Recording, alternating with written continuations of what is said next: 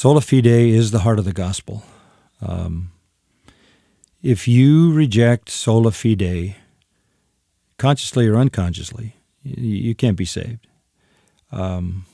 That's Paul's argument in Romans, and that's his really tight argument in the book of Galatians. And he goes back to Abraham, and he goes back to Genesis 15:6 and says, Abraham believed God, and it was counted to him for righteousness. Righteousness was imputed to Abraham because he believed. In Romans, he says that God justifies the ungodly by faith. Yeah, amazing statement.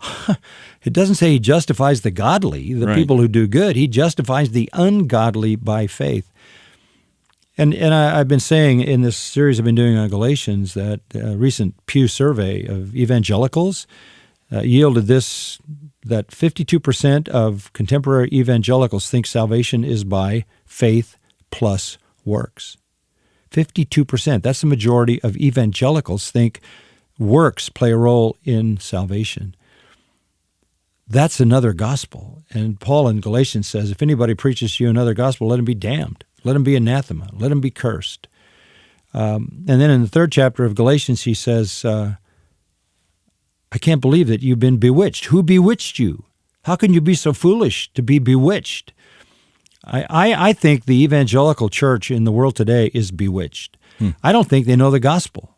I really don't. I think there are people sitting in, sort of quasi-churches which preach a less than adequate gospel who are completely bewitched about the truth.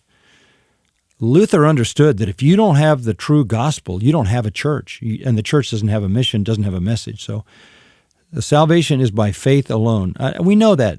Ephesians 2:8-9, by grace are you saved through faith, that not of yourselves, the gift of God, not of works, explicitly not of works, which God has, before ordained that you should walk in them. Eventually you're going to do works as a result, but not as the means or the source. So, look, I'm convinced that those were the two main things in the Reformation, because the Roman system was about works. Yes, you have to believe in God, but it's all on your works. That will always be the lie that Satan fosters, because salvation is by faith alone. So the way you counter that is some system of works, some system of personal righteousness.